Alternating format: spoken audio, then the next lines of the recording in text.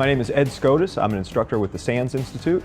I also founded a company called CounterHack, which does penetration testing. I love the show. I'm a big fan. I'm also friends with a lot of the people who are on the Threat Track show. One of the big things that the bad guys want to do is evade detection, especially of endpoint security suites. So fileless malware is designed to not touch the file system. That's what the endpoint security suites are looking at. So it's a lot more evasive. Anytime I hear about another fileless malware, it's a little bit like, I get interested, I also get a little bit worried. Hey, Mike. So I hear we've got a new story that I think that you were following, something to do with fileless malware. Can you tell us about that one? Yeah. So right now, for the last several weeks, there's been kind of an uptick in a fileless malware campaign. It's been targeting banks and other kinds of enterprise organizations with a fairly sophisticated malware package that is injecting interpreter code directly into the memory of running processes rather than downloading some sort of an exploit or other payload to disk where endpoint security controls may have a better chance of detecting it. Once that injection occurs, then they're relying on native capability inside the machine, things like NetSH and PowerShell capabilities, to then establish proxy communications back out to command and control networks. That's interesting. It's funny you said the fileless, because typically the last time I heard of like a fileless malware was something like Powellix, which is also technically fileless, like it writes to the registry instead of a file on disk, but I mean the registry is a file, we know that. So this is truly never touches disk fileless malware. There are some aspects of it that are fileless, but when it goes to establish persistence, that's when it starts touching things in the registry to set up persistence. But for just plain execution, it's injecting straight into memory, which can really complicate doing any kind of forensics or things like that. One of the things I find interesting in a story like this is it calls on red teamers and penetration testers to up their game. That's true. Right? I mean, our job is to model what real world attacks are doing, and if we're not doing that, we're missing the boat. That's why it's kind of cool that there are some capabilities in some of the free open source tools to do things that are relatively fileless, or at least very focused on injecting code, especially interpreter code, directly into memory.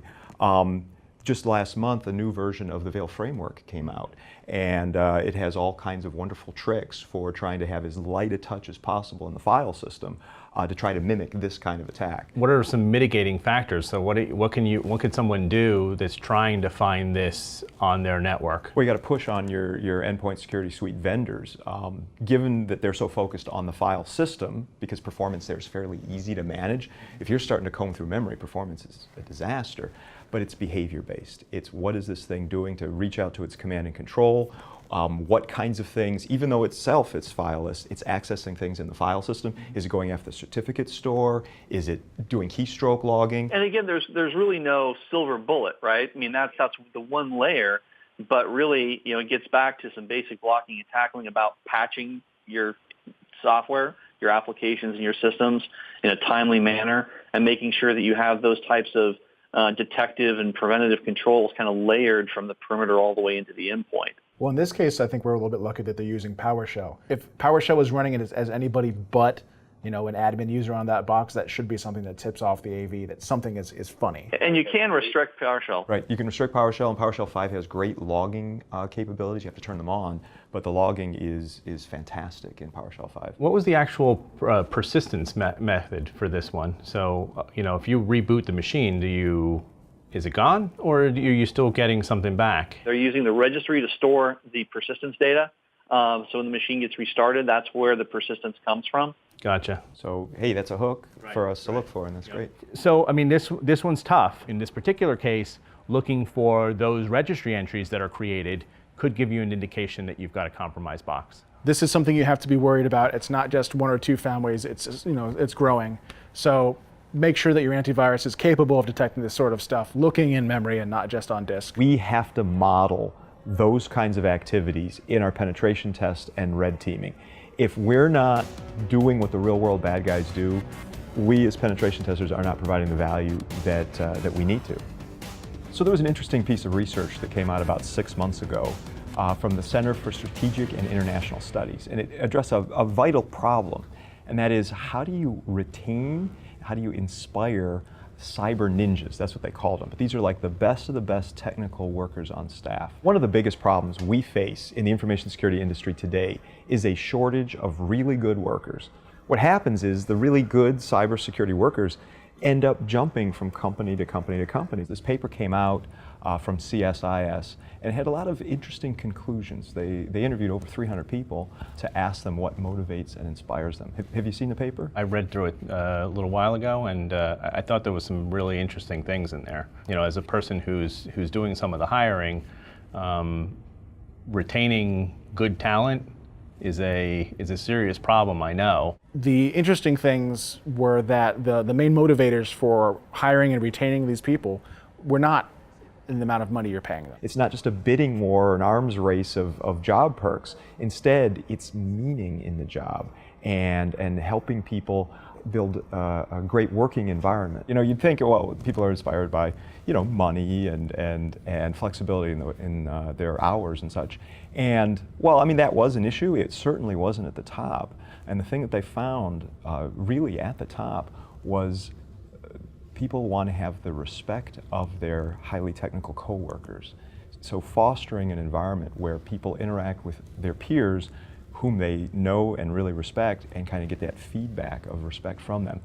Another really high important thing, higher than salary or anything like that, was working on interesting work. They want to do really interesting and cool things and not just kind of rote things. From my perspective, the sorts of motivators that they mentioned in this report, I actually agree with a lot of them. So working on interesting work is absolutely something that draws me to a job and keeps me there. The one interesting thing that I saw there was also about training. So, you know, companies that invest in their employees and train them, they were more than likely to stay in that space. Training was one of the big things that, I mean, you know, that report really highlighted the importance of that. And I think it's because these highly technical workers want to maintain their edge and get even better, right. Which is, I think, right. quite a respectable thing. If they want to keep their ninja title. Right. They're the folks who really want to keep that technical side. They want to hold on to it. That's the thing that they love. That's why they come to work. And you could also see, I mean, you know, the employee saying, I'm investing in my skill set, which benefits my employer. Yep. Is my employer willing to invest in my skill set as well to the level that I am? And there was another really interesting finding, kind of differentiating these sort of cyber ninjas from the, you know, just sort of regular rank and file employees. Is there a track so that I can be successful in the organization where I don't have to go into management? Yeah. Yeah. That's because a lot of people don't want to do that. Now, some people do, and that's great and all good. One thing that they wanted to be able to see in a company that they worked for was the ability to move up in the ranks without moving into the dreaded M word, the management space. It allows for them to stay technical, but still to advance in the organization. This has been something that plagues a lot of, you know, big companies. It's been an issue in the military. When we work with cyber warriors in the military, you know, some of them just want to do amazing cyber work. And then the bane of their existence happens. They get promoted and now suddenly have to manage other people to do the work that they wanted to do. I can see it being a problem because as somebody, you know, is now proving themselves, the first thing that usually happens is, oh, let's start moving that person up the chain. Yeah. Away from their area of excellence. Exactly. That's right. Exactly. And so exactly. So they start moving farther and farther away from the technical aspects of it, which is what kept them in the job in the first place, kept them, right, actively engaged. And I think, you know, the guys on my team, I think I've always tried to express that, like, don't follow my track. Right. You know, when I look at myself and my own career, I look at that moment when I made that transition from the technical side over to the management side, and knowing in my mind that, you know, hey, when I make this switch, it's going to take a lot more effort to keep that technical side. I think a thoughtful manager understands that, right. Looks at it and tries to structure an environment where the employees, some of them want to go into management, hey, that's great. Yeah. We'll help groom you for that. For those that don't, you still have a good development plan for those people. All right, I still do try to write some code myself, but the fact is, all these guys on my team from a technical perspective are better at what they're doing than I am.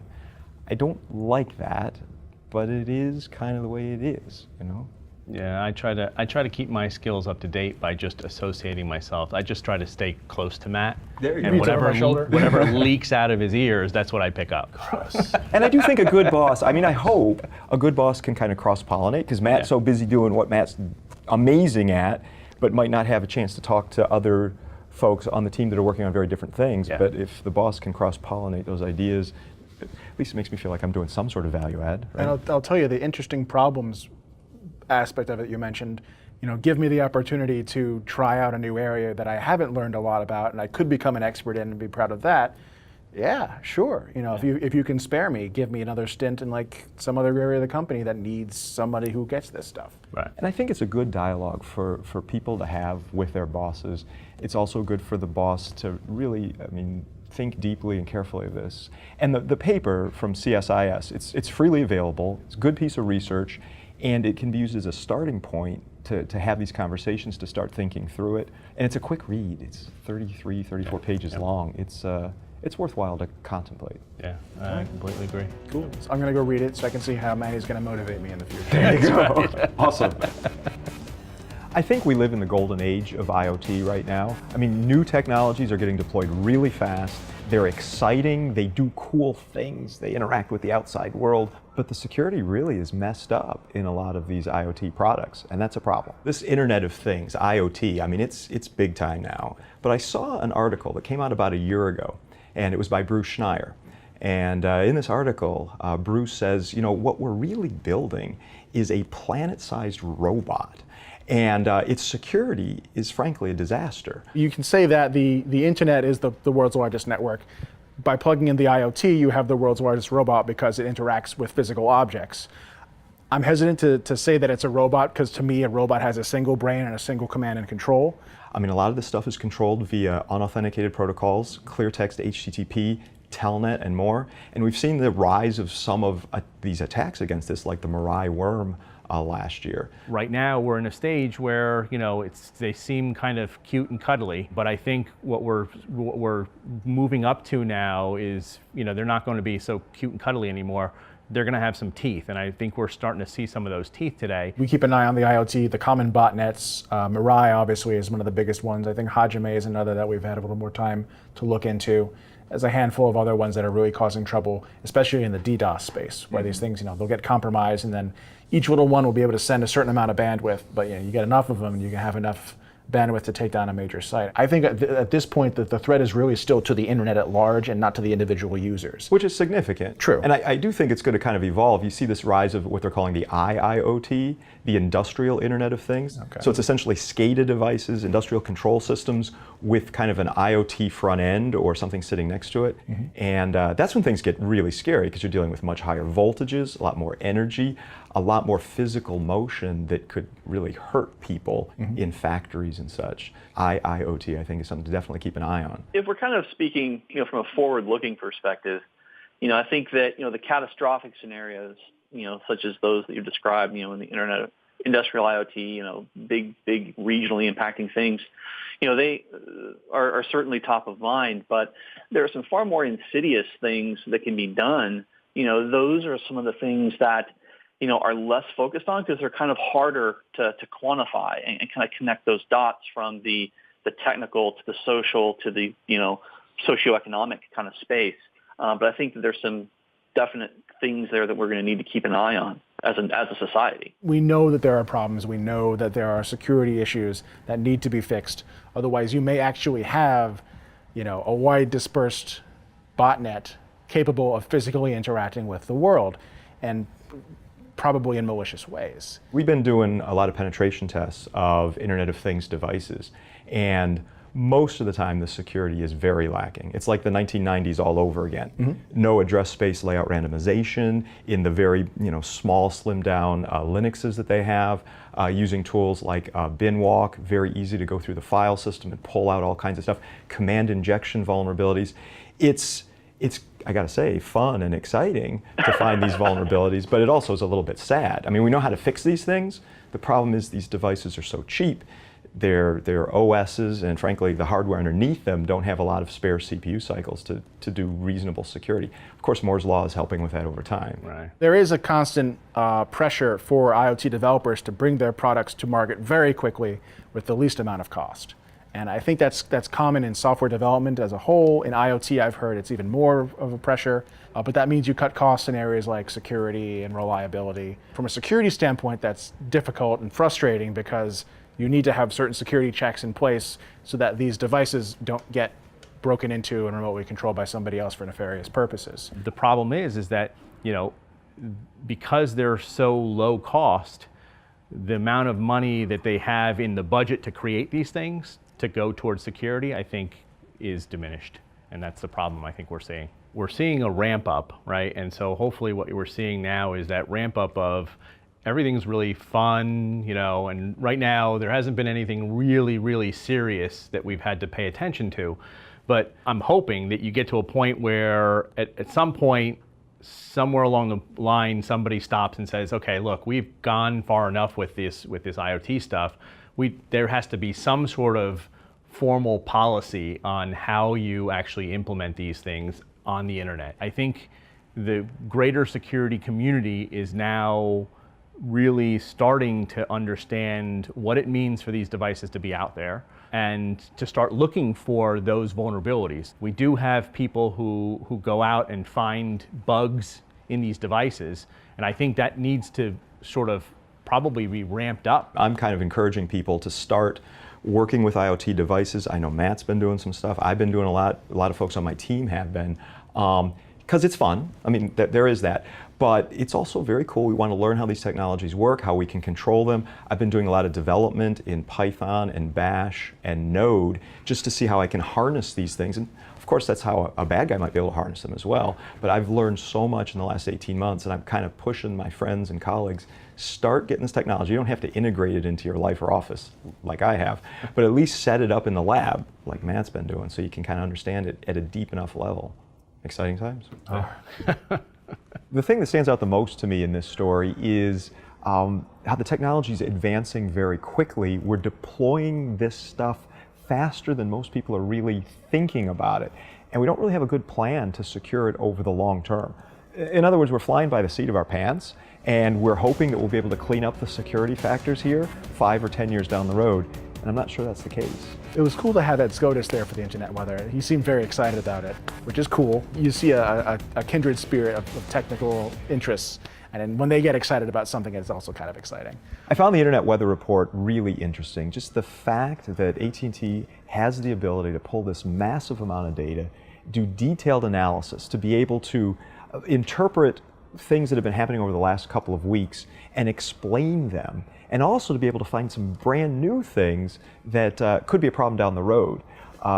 It's an amazing resource and really useful. So we're taking a look at the internet weather for this week. There's really not that many surprises. I feel like that's been a refrain for the last month of, there's stuff that's going on, but in terms of the changes of what's being scanned and what's not, it seems to be fairly static. That said, we'll still go into it. So port 23 TCP is Telnet, which I figure all of us on the show are aware of at this point. This is a very popular way for breaking into IoT devices, other servers as well, but it seems like IoT devices in particular are leaving this open with default credentials.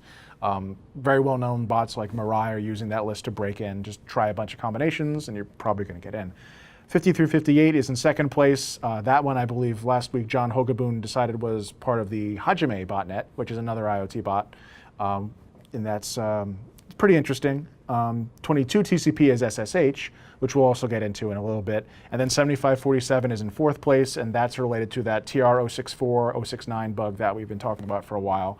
The one device that we know was vulnerable to it was running TR064 and 069 on the same port, one of which is a external management protocol, one of which is an internal management protocol. And the bug in that case was command injection through like an NTP configuration message, which was pretty interesting. Taking a look at the most sources probing, actually a lot of those are still in that same list. 23 TCP is still king, 7547 is still up there, although I think that one is starting to sort of fall off. 5358 we also mentioned, we skipped the ICMP, and 22 is number 4 there. So both the most sources probing and the most probed ports are dominated by these same 4. Some of the ports seem to be dropping off a little bit, which is sort of interesting. I'm not sure what's causing it. I'd like to understand it better. But these are large botnets. There's no obvious reason why they should be letting up at all unless someone is planning to pull them back and retask them for some other scanning. So Telnet, as you can see, has had some serious ups and downs. It seems to be in a sort of a lull at this point, tapering off over the last month or so, which is kind of interesting. I've been more aware of the Mirai stuff through our own analysis for the last week or so. Some things have kicked back in that we're aware of. It looks like the scanning is going down, but from my perspective, the attacks are a little more frequent, at least from our own instrumentation. So that's kind of interesting to note. It is amazing that Telnet remains an issue. I mean, here in 2017, I wonder if the original creators of Telnet would have ever suspected it'd be the #1 most attacked port on the internet in 2017. I wonder, yeah. And beyond. And you think And that, beyond, forever. And someone might have said at some point, well, now we've got SSH, so no one's ever going to need to use Telnet ever again. Well, now Telnet and SSH are in the top of those ports too, but you know. Right. Yeah. It's pretty interesting. The ports in particular that kind of interested me are 23, which is associated with Telnet, and 22, which is associated with SSH. The thing that's so powerful about those ports is their remote login. You get a shell on a target machine, which gives you fine-grained control of that system. It might initially be with very limited privileges, but with a local privilege escalation attack, suddenly you're completely controlling that box. SSH, an old chestnut. So in the last 60 days, we've seen a significant uptick over the larger span. Mostly, you know, it's kind of volatile, and there's a lot of spikes in there, but we seem to be in the middle of another uptick. SSH is, I consider it a replacement to Telnet, although some devices, I guess, still run both. It's a sort of a weird thing. Some IoT devices have both. And you know, SSH, incredibly useful. I mean, I use it to manage a lot of my stuff. We use it to carry other TCP services in a secure fashion. But you know, one of the things that I like to do when I have an SSH daemon is to avoid all this by just bumping it to a different port.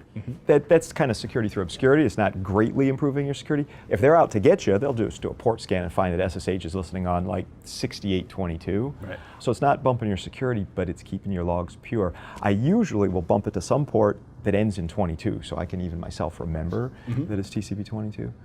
Yeah. And I think most of these attacks are brute force password guessing, which of course you can fix in all sorts of ways, but using key authentication instead of passwords, if you're going to expose SSH to the internet, absolutely, that's what you should be doing. That's huge, very important. 7547, we had a huge spike back in the end of last year when the bug first came out, had a lull, and then at some point we've got this base noise floor, I want to say of about 40,000 scan sources that continue to be there, and there's a little bit of a cycling within that of the number of sources scanning, but it seems fairly consistent. Although from my perspective, the 7547 bug, there's not a large population that's actually vulnerable from as far as I know. I've seen devices that are affected by the attack, that they go into a weird state when you send them this malformed NTP configuration message. But as for them actually being susceptible for command injection, I think it was only a small subset of those. So it's to me, it's strange that this continues. I figured they might have seen diminishing returns for this sort of a bug, but maybe there's something out there that I'm just personally not aware of. I'd love to know more if anybody else knows more.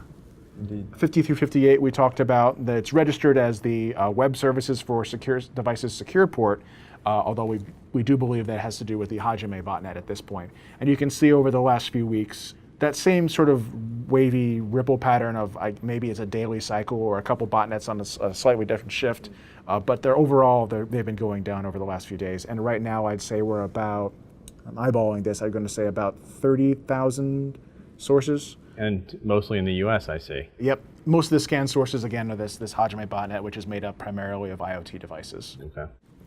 I don't think there's any fewer IoT devices on the network, so. IoT has taken over a lot of the internet, and I think the port scans that we're seeing in the weather report really underscore that point. And so the last port that I've got here is not in the top, but I was taking a look at the alarms that we've got, so we can see, we usually do like a baseline for most of the interesting ports, and then if anything changes, we call it to our attention. And this one I thought was pretty significant. I mean, this is 5900 TCP, this is usually used for VNC. Back in, I want to say, about 150 days ago, that was only about 100 scan sources from our perspective were actually scanning for this port. And in the last, I want to say 30 days, 15 days even, you've got a huge spike. I'm kind of interested in seeing what happens with the VNC scanning. That was something that I sort of found by accident. I may never find out why that's occurring, but I can do my best to try and come up with possible explanations for that behavior. There's no new VNC bugs that I'm currently aware of. Maybe somebody became aware of some popular VNC software that uses a default username and password, and they're trying it everywhere they can. Yeah. I mean, that might make sense in the absence of a bug. But it wouldn't be the first time we've seen interesting behavior without an explanation, and then maybe a week, a month down the road, something comes out that, oh, by the way, there was a bug after all, or there was a concerted effort by some particular actor after all that explains it. And that shows kind of the value of maintaining this data, being able to do this kind of analytics. I mean, something interesting has happened here. I hope we'll someday be able to find out. Sometimes I kind of in my imagination think there's some sort of cybercrime boss that saw VNC for the first time and he said, you guys start scanning for that, that's really important. Or maybe there was some new IoT device or something else that exposed VNC, but somebody actually took a significant interest in it recently. So yeah, we'd like to see where that goes. And that's all for the internet weather. It's always fun, interesting to have Ed on the show.